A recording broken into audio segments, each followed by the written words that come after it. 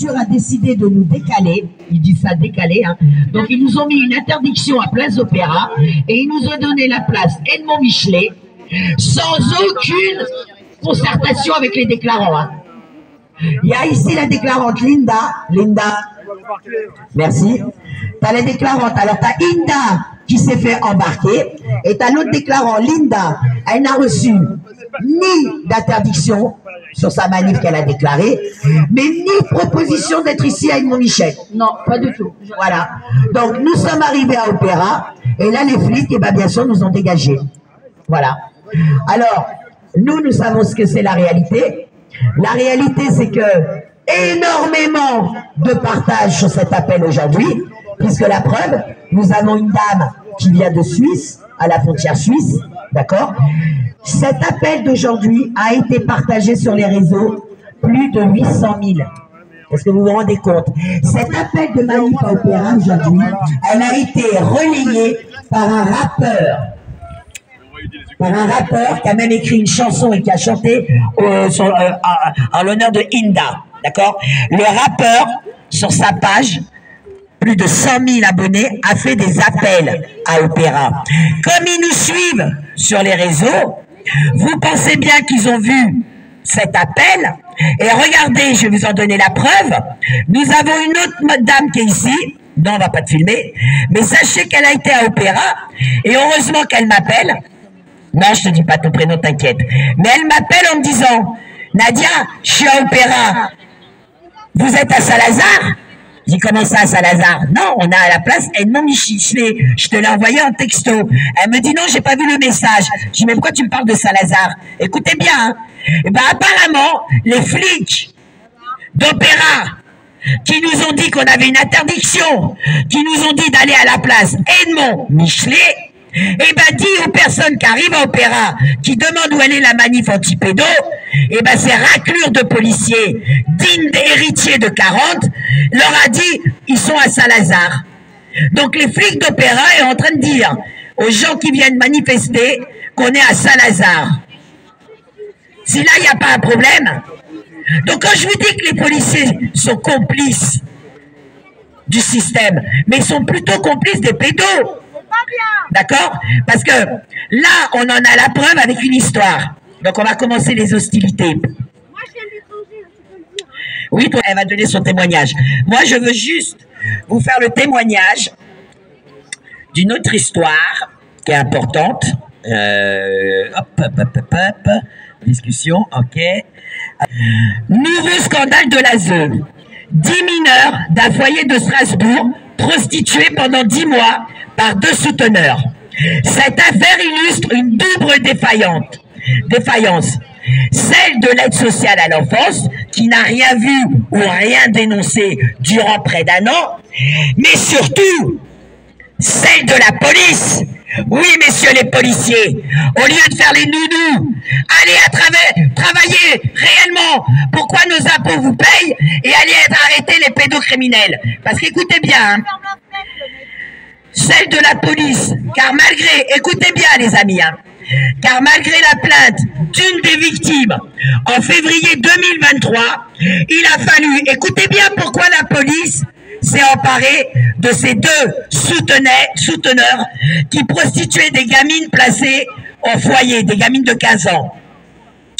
Écoutez pourquoi la police a dû s'emparer, parce que malgré la plainte en février 2023 d'une victime, il a fallu l'enlèvement d'un des prédateurs par la famille d'une des victimes en novembre.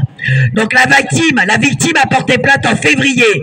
La gamine de 15 ans qui se faisait prostituer par un mineur et un adulte a porté plainte au commissariat en février. Le commissariat n'a rien fait pour arrêter ce réseau de prostitution de mineurs. Mais pire, ils ont commencé seulement à enquêter en novembre, quand la famille, les parents d'une des victimes, d'accord, quand les parents d'une des victimes a kidnappé un des souteneurs. Donc ces 2 hommes, dont un mineur, bah oui, il faut un mineur, parce que le mineur, il doit être placé dans le foyer, et c'est lui le mineur dans le foyer qui va chercher les victimes, d'accord? ont été condamnés à de la prison ferme pour avoir prostitué une dizaine de jeunes filles mineures qu'ils recrutaient dans des foyers de l'aide sociale à l'enfance, a indiqué mercredi le parquet de Strasbourg. L'un des deux proxénètes, âgé de 29 ans, de nationalité française,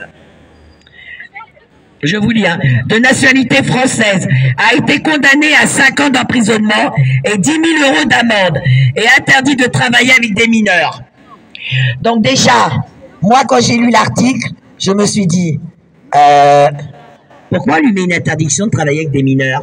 C'est qu'à la base, il ne nous donne pas toute l'info, ça doit être un éducateur. Parce que un simple citoyen qui est arrêté pour des crimes commis sur des gosses, à quel moment on leur met une interdiction de travailler avec des gosses? Non, il n'y a pas. Donc là, on lui dit interdiction à travailler avec des enfants.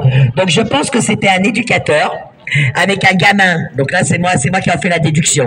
Donc le mec éducateur avec un autre gamin du foyer prostituait les gamines du foyer. Voilà, c'est simplement ça. Et il a pris 5 ans ferme. Aujourd'hui, quand on dit on prostitue plus d'une dizaine de gamines, il n'a pas prostitué une seule gamine, plus d'une dizaine de gamines qu'ils ont prostituées, ça prend 5 ans ferme. Voilà, tranquille. Et avec les remises de peine, vous allez voir, dans 2 ans, il est dehors.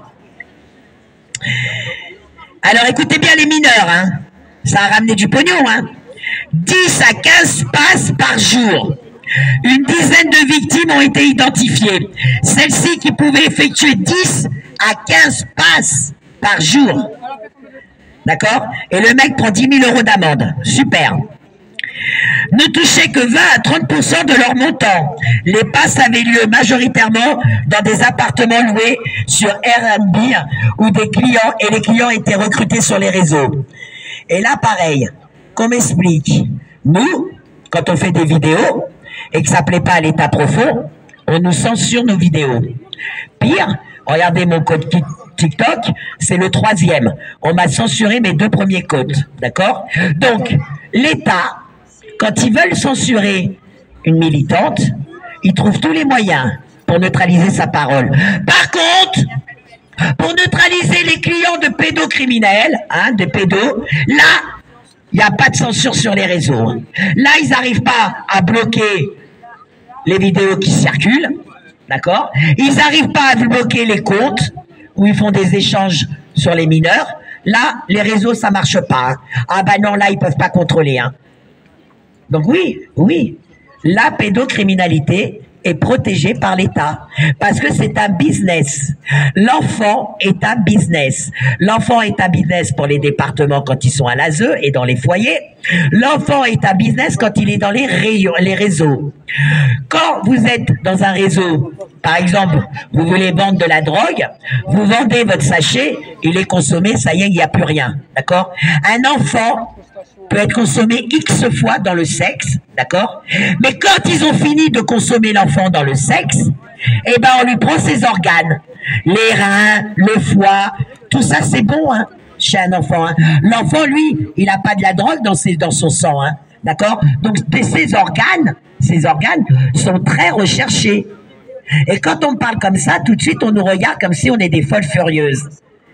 Alors que tout est là, Tout est là, puisque actuellement en Amérique, oui, pas en France, nous savons, en France, c'est pas la peine d'essayer de trouver des enquêtes sur ces sujets-là.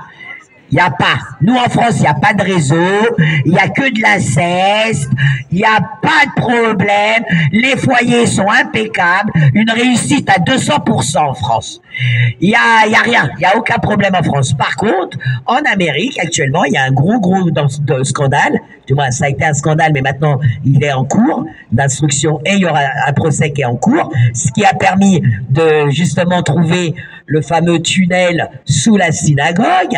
Il faut savoir qu'en Amérique, il y a un gros procès qui va être ouvert pour des vols d'organes sur enfants. D'accord? En Amérique, vous avez des rabbins, des hauts fonctionnaires aussi de la magistrature de chez eux et des policiers, ainsi que quelques députés, alors ça s'appelle pas des députés chez eux, je sais plus le terme, qui sont mis en examen pour trafic d'organes. D'accord? C'est pas moi qui vous le dis. D'accord? Trafic d'organes, ça existe. Et les organes des enfants sont très recherchés. Il suffit de voir les gamins en Palestine et vous comprenez comment ils sont très recherchés. D'accord? Ouais. Je sais, mais tout le monde est au courant. Tous ceux qui sont dans le combat sont au courant. Donc, alors, et Simone Veil. Mais là, c'est encore d'autres choses. On va dire c'est des organes d'adultes peut-être. Mais bon, en attendant, aujourd'hui, vous avez des pédocriminels qui prennent du sursis quand des simples militants qui se battent pour un monde meilleur, qui se battent pour l'humanité, eux prennent de la garde à vue, du ferme, interné aussi. Il y a des mamans qui ont été internées pour avoir essayé de protéger les gosses. Il y a d'autres mamans qui sont obligées de fuir à l'étranger pour protéger leurs gosses. Parce que la réalité, elle est là, en France. Du moment que tu dénonces des viols sur un gamin, c'est fini. La justice fera tout pour neutraliser. Elle fera tout pour neutraliser ça. On ne sait pas pourquoi d'ailleurs. Moi, je me pose la question. Hein. Ou alors eux-mêmes donnent leurs gosses au réseau, j'en sais rien. Je ne comprends pas pourquoi, dès qu'on parle de pédocriminalité, tout de suite, il y a une omerta là-dessus. Et d'ailleurs, la preuve, pour nos manifestations, on est obligé de se battre pour pouvoir avoir l'autorisation. Là, on a eu l'autorisation et en même temps, ils nous l'ont déplacé. Et c'est pas la première fois qu'ils nous font le coup. Donc aujourd'hui, on est là, ici sur cette place-là. Il y aurait dû avoir beaucoup plus de monde. Seulement le problème, c'est qu'à Opéra, il n'y a personne pour les indiquer parce que la police nous a vraiment virés. Et quand on leur a dit on va laisser quelqu'un, ils nous ont dit non, on est là, on va leur indiquer. Mais donc, on a eu le retour de leur indication à ces raclures. Et je vous dis bien, bande de fils de PUTE, vous êtes des raclures parce qu'ils l'ont bien donné l'indication. Ils disent à nos camarades, aux personnes qui demandent où elle est la manifestation d'Opéra, on leur dit Saint-Lazare. Ils viennent dire aux gens qui étaient à Opéra, on était à Saint-Lazare. Alors que c'est eux-mêmes qui nous ont virés et qui nous ont dit de venir à la place Edmond Michelet. Donc vous voyez bien qu'ils veulent tout faire pour neutraliser. Ils veulent pas faire ce qu'ils veulent pas que les gens montrent, c'est justement le nombre qui se mobilise. Ils veulent pas voir tous les gens qui filment. Parce que regardez, là actuellement nous avons 1, 2, 3, 4, 5, 6, 7 personnes qui filment. Mais ça, c'est 7 réseaux différents, c'est 7 groupes de contacts différents. Mélanie, elle n'est pas forcément en contact avec Jal. Tu le connaissais pas, c'est mon camarade Jal, mon frère d'âme depuis 6 ans des Gilets jaunes. Voilà, je vais te le présenter. Tu connais pas non plus notre ami Bellet. Et les Bruno, moi je le connais, mais les autres personnes derrière, je les connais pas, ces messieurs. Donc, automatiquement, ils n'ont pas les mêmes groupes de contacts. Donc, résultat, la visibilité, elle est 100 fois plus. Et c'est ça qu'ils veulent pas. C'est ça qu'ils veulent pas. Ce qu'ils veulent surtout pas, c'est qu'on aille de la visibilité. Et c'est pour ça qu'aujourd'hui, on est autant attaqué, aussi bien quand on est sur la place publique que quand on est sur les réseaux. Nos vidéos sont censurées. Parce qu'on éveille, parce que c'est pas les médias putes, hein. C'est pas BF Merde qui vous fera la vraie information. C'est pas BF Merde qui vous dira qu'on a chopé un élu en train de faire une turlute à un gamin de 12 ans. D'accord? C'est pas les médias putes qui vous diront qu'un maire d'une commune, d'accord, s'est fait épingler. Du moins, il a été, il est mis en accusation pour viol sur 4 femmes adultes, mais au moment des faits, elles étaient mineures. 4 mineurs qui maintenant adultes ont porté plainte contre ce maire. Et vous savez la meilleure? Il n'y a que 4 plaintes, alors que sa femme est famille d'accueil. Sa femme, famille d'accueil depuis plus de 20 ans, et les gamines avaient été placées chez eux. C'est génial. Le pédocriminel se servait directement à table. Il rentrait le soir de sa mairie, il regardait un peu le menu. Bon, laquelle que je vais me taper aujourd'hui? Et voilà comment ça se passe. Et ça, c'est ta mère. Et je vous signale quand même qu'il ne voulait pas démissionner, parce que pour lui, présomption d'innocence. Anna, je ne veux pas lâcher ma mairie, présomption d'innocence. Heureusement que les administrés de la commune sont montés au créneau et qu'ils l'ont dégagé. Mais parce qu'il est parti sous pression. Sinon, jamais il n'aurait pas déposé son poste. Tout comme, encore une fois, Pourquoi la France est appelée pédolande? Pourquoi les juges donnent du sursis aux pédocriminels? Bah parce qu'ils vont pas se tirer une balle dans le pied. Parce que par exemple, vous passez au tribunal avec vos gamins. Vous passez devant le juge de l'époque, Olivier Bailly. Vous croyez quoi? Qu'il va condamner les pédos? Lui-même mettait sa fille sur les réseaux pour la faire violer. Nous avons un juge des affaires familiales qui mettait sa gamine sur les réseaux et qui demandait à la faire violer. Donc ce juge-là, vous croyez qu'il va condamner comment? Quand il a affaire à des pédocriminels, à des parents incestueux, au père incestueux ou à la mère incestueuse, vous croyez qu'ils vont les condamner? Bah oui, il va pas se serrer une balle dans le pied. Tout comme les flics, quand vous allez au commissariat, quand les mamans veulent porter plainte, hein, ou les enfants veulent se faire entendre, des foyers qui veulent aller au commissariat porter plainte, est-ce que vous pensez que sa plainte va être prise en compte? À votre avis, s'il tombe sur le PJ, comme celui qui actuellement dort en prison, pour avoir violé des gamines placées en foyer par sa putain de bonne femme, qui était référente, sa bonne femme travaillait dans le foyer, pour la ZE, et elle-même ramenait les gamines qu'elle plaçait chez elle pour la faire violer par son bonhomme de mari policier. Vous voyez la dinguerie? Donc, si vous allez porter plainte et vous poussez la porte de ce commissariat et que vous tombez sur ce flic qui lui-même viole des gamines placées en foyer, ancien enfant placé, jeune fille, on voudra bien vous rencontrer. En attendant, je vous le redis, si vous poussez la porte de ce commissariat et vous tombez sur ce flic-là qui lui-même viole les gamines dans les foyers, vous pensez qu'il va prendre votre plainte? Je vous signale qu'il y a eu une histoire comme ça. C'était pas tout à fait sur le viol d'enfants, c'était sur les violences conjugaux. Cette histoire, elle m'avait choqué. C'était une mère, une femme, qui a voulu porter plainte pour des coups et blessures, d'accord, par son. Elle a été au commissariat de son quartier, elle a voulu porter plainte. Ils lui ont refusé sa plainte, mais devinez quoi, hein? Bah, quelques mois plus tard, la dinguerie, hein, c'est l'OPJ lui-même qui a refusé sa plainte, qui avait une mise en accusation pour violence contre sa bonne femme. Tu te rappelles, Francine, l'histoire? Ça nous a fait sourire parce qu'en même temps, on s'est dit, mais c'est quoi cette dinguerie? La meuf, avec la gueule en sang, elle va porter plainte. Le flic refuse sa plainte. Ben normal, lui-même tabassait sa bonne femme. Et nous, on a affaire à cette police-là. Donc oui, quand moi je dis police collabo, oui, nous avons la même police qu'en 40. En 40, et je sais, je reviens toujours là-dessus, mais l'histoire nous permet de comprendre la situation. En 40, c'est bien la police qui allait chercher les Juifs dans leur appartement. C'est pas la Gestapo, c'est pas les Allemands. C'est la police française qui allait chercher, qui les mettait dans les camions et qui les ramenait. C'est la police française qui a gardé le Val-d'Ive. D'accord? Et ben aujourd'hui, nous avons la même police. Nous avons une police qui contrôle, qui neutralise les simples citoyens comme nous, qui nous battons pour la protection de nos gosses. Elle est là, la réalité. La réalité, elle est là. La police protège les pédocriminels. Nous en avons la preuve. Cette victime qui se prostituait de force a été portée plainte en février. La police, elle a rien fait. C'est quand les parents de la victime a kidnappé un des proxénètes qu'à ce moment-là, en novembre, la police a décidé d'ouvrir une enquête. Et vous savez pourquoi? Moi, je vais vous le dire.